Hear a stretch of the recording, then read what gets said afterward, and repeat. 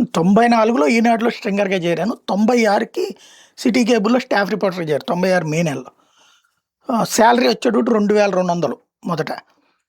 కానీ నెలకి అదే జీతం తీసుకునేటప్పటికొచ్చేటప్పటికి రూ. 1950 వచ్చిందనమాట. ఏంటది అంటే ఇట్లాగే ఉంటదయ్యా అన్నారు. అంటే ఏంటి సార్ కట్ చేస్తారా? చెప్పిన జీతం ఒకటి కదా! అంటే కాదయ్యా పీఎఫ్ అని చెప్పేసి అప్పుడు చెప్పారు. అంటే పీఎఫ్ ఉంటదా సార్? అంటే ఉంటది కంపల్సరీగా.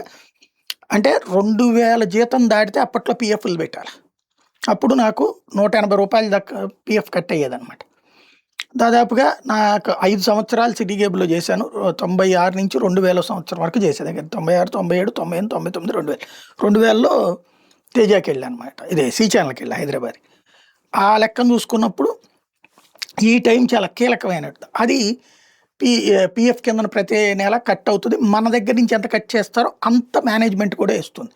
నేను తర్వాతన ఈ సి ఛానెల్‌కి వెళ్ళి హైదరాబాద్ కొంచెం ఆ టైంలో ఈ ఫైనాన్షియల్ క్రంచ్ వచ్చినప్పుడు, ఆ తర్వాత తేజాలోకొచ్చేటప్పటికి ఫైనాన్షియల్ ఇబ్బందులొచ్చిన టైంలో డబ్బులు ఎక్కడి నుంచి వస్తాయి అప్పులు తీసుకోవడానికి అప్పుడు బ్యాంకులో అప్పులివ్వవు. ప్లస్ మన ఆ సాలరీ రేంజ్‌లో బయట ఎవరి దగ్గరైనా అప్పులు తీసుకోవడానికి కూడా ఏముండేది కాదు పరిస్థితి. ఆ టైంలో ఈ పీఎఫ్‌ది క్యాష్ చేసుకోవచ్చంటే అప్పుడు పీఎఫ్ ఆఫీస్‌కి ఆ పీఎఫ్‌కి అప్పుడు వీళ్ళు ఉండేవాళ్ళనమాట. పీఎఫ్ డబ్బు చెల్లింపు చేసేందుకు మధ్యలో మీడియేటర్స్ ఉండేవాళ్ళు. ఆళ్ళకిస్తే రూ. 15,000 డబ్బులొచ్చినాయనమాట. అది గొప్ప అమౌంట్ ఆ రోజుల్లో. ఎందుకు చెబుతున్నానంటే పీఎఫ్‌లనేది మనకొక ఇది లాంటిది. ఆ తర్వాత నేను మళ్ళీ తేజాలో రిపోర్టర్‌గా చేసిన రోజుల్లో 2 సంవత్సరాలు చేసినందుకు గాను వచ్చినటువంటి దాదాపుగా 25,000 దాకా వచ్చింది. ఆ తర్వాత టీవీ నైన్‌లో ఇదే టీవీ నైన్‌లో చేసిందైతే గనక దాదాపు ఒక 2,00,000 వచ్చింది.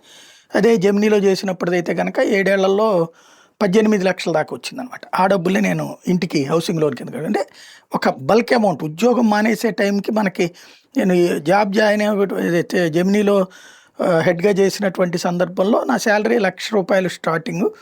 దాదాపుగా రూ. 20,000 పీఎఫ్ కట్ అయ్యేదనమాట. ఆ లెక్కన చూసుకున్నప్పుడు 1,67,000 బయటకొచ్చేటటువంటి సందర్భంలో. నాకు అప్పటికి అంతా అయిపోయిన తర్వాత చూసుకుంటే ఛానల్ క్లోజ్ అయిపోయి ఆ టైంకి బయటకొచ్చేటప్పుడు చూస్తే నా హౌసింగ్ లోను 16,00,000 ఉంది. నేను 27,00,000 పెట్టి తీసుకున్నటువంటి అప్పుకి 27,00,000 పెట్టి తీసుకుంటే 21,00,000 అప్పిచ్చారు అప్పుడు. దాంట్లో అప్పుంది. దాదాపు 16,00,000 ఉంది. 18,00,000లో 16,00,000 ఆళ్ళకి కట్టేసేస్తే సేఫ్ అయ్యానమాట. ఇది ఎందుకు చెప్తున్నా అంటే పీఎఫ్‌ది అంత ఇది ఉంటది. ఇప్పుడు అట్లాగా అంటే ఈపీఎఫ్‌లో ఎంతమంది ఎక్కువ మంది ఉంటే అంతమందికి ఉద్యోగాలు ఉన్నట్టు ఈ దేశంలో అది లెక్క కనబడుతుంటది ప్రభుత్వానికి. ప్రభుత్వాలు ప్రైవేట్ సెక్టార్‌లో జాబ్స్ ఇచ్చారు అన్నది లెక్క ఎట్లాగా ఈపీఎఫ్ఏ.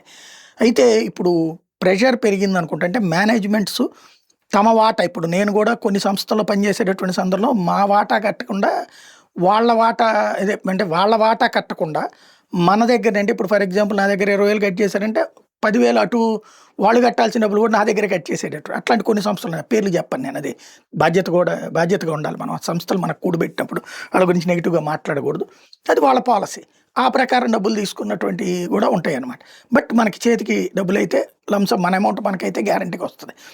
మేనేజ్మెంట్ ఇచ్చింది కూడా వస్తే అదృష్టం అనమాట అడిషనల్ బెనిఫిట్. ఇప్పుడు అలా కాకుండా మోడీ సర్కార్ మీద ప్రెషర్ పెంచుతున్నట్టున్నారు ఈ కంపెనీల వాళ్ళు. అందుకని రూ. 30,000 అటు ఈపీఎఫ్ మినిమమ్ 30,000 జీతం ఉన్న వాళ్ళకే ఈపీఎఫ్ అనేటటువంటి ఒక కొత్త విధానాన్ని రేపు బడ్జెట్ తర్వాత తీసుకురాబోతున్నారు అన్నటువంటిది చర్చ జరుగుతోంది.